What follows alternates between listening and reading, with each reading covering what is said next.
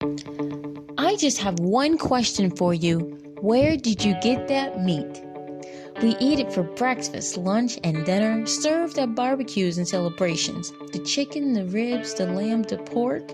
Americans are known to eat about 200 pounds of meat a year. Most meat that you see in grocery stores and food service establishments like fast food restaurants come from meat packing and processing plants. And during this pandemic, at least 31 meat processing and packing plants owned by top companies such as Smithfield, JBS, and Tyson Foods have had coronavirus outbreaks that have affected the safety of trucker supervisors, food inspectors, but especially that of frontline workers that cut, receive, pull, disembowel, process, and package meat at extreme rates.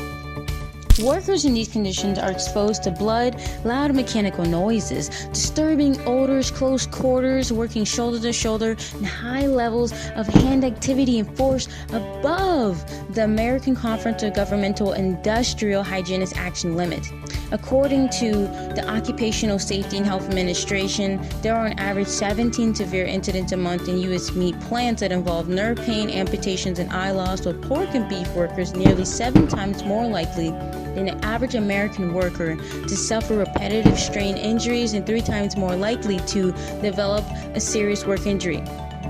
Many workers are also highly exposed to the chemical parasitic acid used to spray meat that produces a dry cough and abrasive to sensitive areas of the body. These are the conditions workers have been facing before the virus, including conditions that have gone on for decades, even detailed in Upton Sinclair's novel, The Jungle, published in 1905, of the dangerous working conditions, injuries on the job, long shifts without adequate breaks, increased production quotas, replacing workers if they got hurt, low wages, and even in today's society, sexual harassment. These are the conditions before the pandemic, conditions that we should not be numb towards. When the virus broke out, workers at different packaging facilities report not receiving personal protective equipment and social distancing measures not being mandated. And some were encouraged to work while they were sick.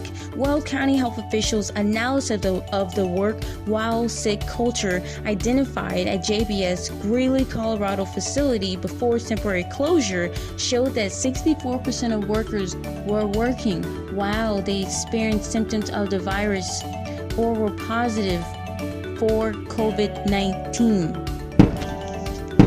More than 5,000 U.S. meat and 1,500 food processing workers have been infected with or exposed to the new coronavirus, and 13 have died, with 137 food inspectors at the department USDA have tested positive for the virus, and 2 food inspectors have passed away. The United Food and Commercial Workers International Union has also confirmed that 13 plants have closed, which has impacted more than 24,000 workers. In close examination, the plants that lie in counties with a high percentage of cases per 10,000 people are also considered socially vulnerable areas based on the CDC's Social Vulnerability Index. These areas are less likely to overcome disasters. Dill meatpacking and processing companies have taken action to increase PPE, sanitation, fever testing, and many have relaxed their attendance point system and have offered their workers hazard pay. It is not universal. Paid sick leave has also not been offered to all packaging workers. In addition, line speed waivers included in the new poultry inspection system have increased the number of birds slaughtered per minute from the normal maximum of 140 birds per minute to 175. And the new swine slaughter inspection system, which has no limitations, may increase injuries experienced on the job and make it harder, 3.5 times harder, for USDA veterinarians to detect if an animal has a disease. There would not be meat stocked in your fridge or available for your dinner party if it was not for workers at meat packing and processing plants. These plants, many billion-dollar companies, have moved to a lot of rural areas to cut their costs and expand their profits. These plants would not be successful if it wasn't also due to their relationship with farmers, truckers, distributors, and grocers. And And the closures of meat packing plants and processing plants have had ripple effects on their partners and have left some farmers without a market for their livestock, and it has encouraged them to raise smaller herds. If calling out sick was a fearful act for some packing and processing plant workers, they may be more fearful for their life and for their job now. To protect workers, we should push for more communication between management and frontline workers about workplace safety and about how to file workplace complaints. And there should be increased methods for reporting unsafe conditions. More breaks and more varying shifts, paid sick leaves, permanent, relaxed attendance policies, general hazard pay, 2-week sanitation, reusable protective masks, and testing for all employees at all packing and processing plants in the United States.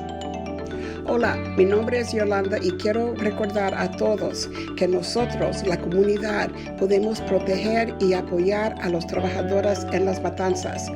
Proteja a las trabajadoras de las matanzas enviando un correo electrónico o escríbale una carta o haga una llamada por teléfono a su representante local de la matanza local para abogar por un equipo de protección personal de mejor calidad. Discapacidad a corto plazo para aquellos que han contraído el virus o han tenido contacto directo con una persona que tiene el virus, ofreciendo pruebas de coronavirus y pagando a los trabajadores para que se queden en casa. Las vidas están en juego. ¿Qué vas a hacer? Gracias.